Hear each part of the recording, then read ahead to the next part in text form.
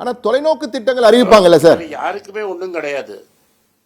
அதெல்லாம் நான் திரும்பி சொல்றேன் சார். இந்த பட்ஜெட்ல 1.5 கோடி இந்தியர்களுக்கு வருமான வரியில ஒரு விலக்கு கிடைச்சிருக்கே தவிர வேற யாருக்கும் ஒன்றும் கிடையாது இதுல. அப்படி என்றால் நீங்க சொல்லி பார்க்கும்போது ஏழைகள் வலது. சொல்லுங்க சார், சொல்லுங்க சார், தொடர்ந்து பேசுங்க. இந்த வீடியோ இந்த 1 லட்சம் கோடி கூட அவங்களுக்கு அடுத்த வருஷம் தான் கிடைக்கும். அதுக்கு முன்னாடியே அவங்களுக்கு இந்த இது ரூபாயின் விலை சரியறதுல 10% மேல நஷ்டமாயிடும்.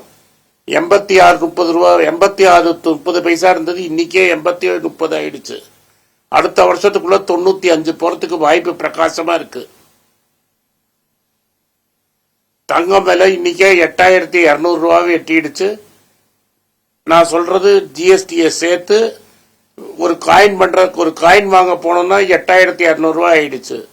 அது விஷம் போல வளர்ந்து அடுத்த பட்ஜெட் போடுறதுக்குள்ள 8500 9000 ரூபாய் போயிடும்.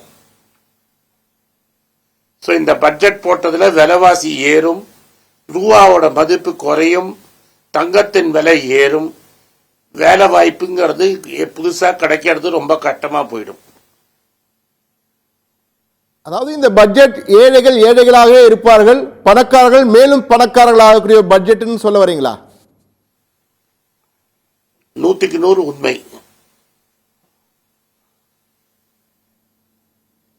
இந்த பட்ஜெட்ல வேற என்ன சிறப்பு? இந்த பட்ஜெட்ல ஆக்கப்பூர்வம் ஏதாவது இருக்குன்னு உங்களால பின் பாயிண்ட் பண்ணி சொல்ல முடியுமா சார்? ஆக்கப்பூர்வம் இந்த விஷயங்கள் இருந்தது அப்படின்னு பார்த்தீங்களா? அதாவது பட்ஜெட்ல சில அம்சங்களை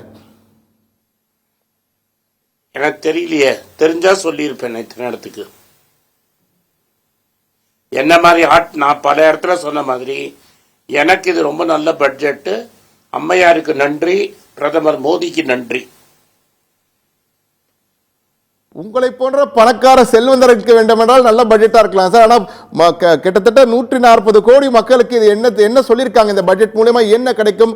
வாழ்வு மேம்படுமா, இல்ல இந்தியாவோட பொருளாதாரம் மேம்படுமா, ஒரு மறுமலர்ச்சி ஏற்படுமா என்ற ஒரு எண்ணம் எங்க எல்லோருக்கும் இருக்கு. அதற்கான வாய்ப்பு கொஞ்சம் கூட இல்லைன்னு நினைக்கிறீங்களா? ஒண்ணுமே கூட கிடையாது, இந்த பட்ஜெட்னால கிடையாது. புது டாக்ஸ் கோடு வேற கொண்டு வர போறோம், அடுத்த வாரம் கொண்டு வர போறோம், மசோதாவை தாக்கல் செய்ய போறோம்னு சொல்றாங்க. அதுல ஏதாவது இன்னொரு அதிர்ச்சி காத்திருக்குமா? அதுல என்ன நடக்கும்னு எதிர்பார்க்கறீங்க சார்? அதை நான் ஒன்னும் எதிர்பார்க்கலங்க, இவங்கள்ட்ட எதிர்பார்க்கலாம் முடியாது. வரட்டும், வந்து படிப்போம், என்ன இருக்குன்னு படிப்போம். அந்த மசோதா பார்லிமெண்ட்ல பாஸ் ஆட்டோம். ஏன்னா அவ்வளவு ஈஸியா பார்லிமெண்ட்ல இப்ப பாஸ் ஆயிடாது, அவங்களுக்கு மெஜாரிட்டி கிடையாது. அதனால ஸ்டாண்டிங் கமிட்டி போகும். ஸ்டாண்டிங் கமிட்டியில என்ன ஆகுதுன்னு பார்த்துட்டு நம்ம பேசுவோம். இப்ப ஜிஎஸ்டி கூட்டத்துல இருந்து ஜிஎஸ்டி தான் நம்ம இப்ப ஒரு சாதாரண ஒரு வரி செலுத்தும் குடிமகனா நான் பேசுறேன் சார். என்னுடைய வருமானத்துல வரி கட்டுறேன். அது மட்டும் இல்லாம 18% எந்த பொருள் வாங்கினாலும் குறைந்தபட்சம் 5% 18% 28% சில சமயத்தில் கட்ட வேண்டி இருக்கு. எனவே தொடர்ந்து ஜிஎஸ்டியும் கட்டுறோம். அது தவிர என்னுடைய வருமானத்தில் நான் கட்டுற வரிக்கு சர்சார்ஜ் வேற போடுறாங்க. இப்படி பார்க்கும்பொழுது என்னுடைய ஊதியத்தில் பெரும் பங்கு நான் செலவழிக்கிறது இது ஒரு சரியான பொருளாதார கணக்குன்னு நினைக்கிறீங்களா? நீங்க ஒரு மாத வருமானம் கொண்டவருக்கு சரியான கணக்கா இருக்கும் நீங்க நினைக்கிறீங்களா?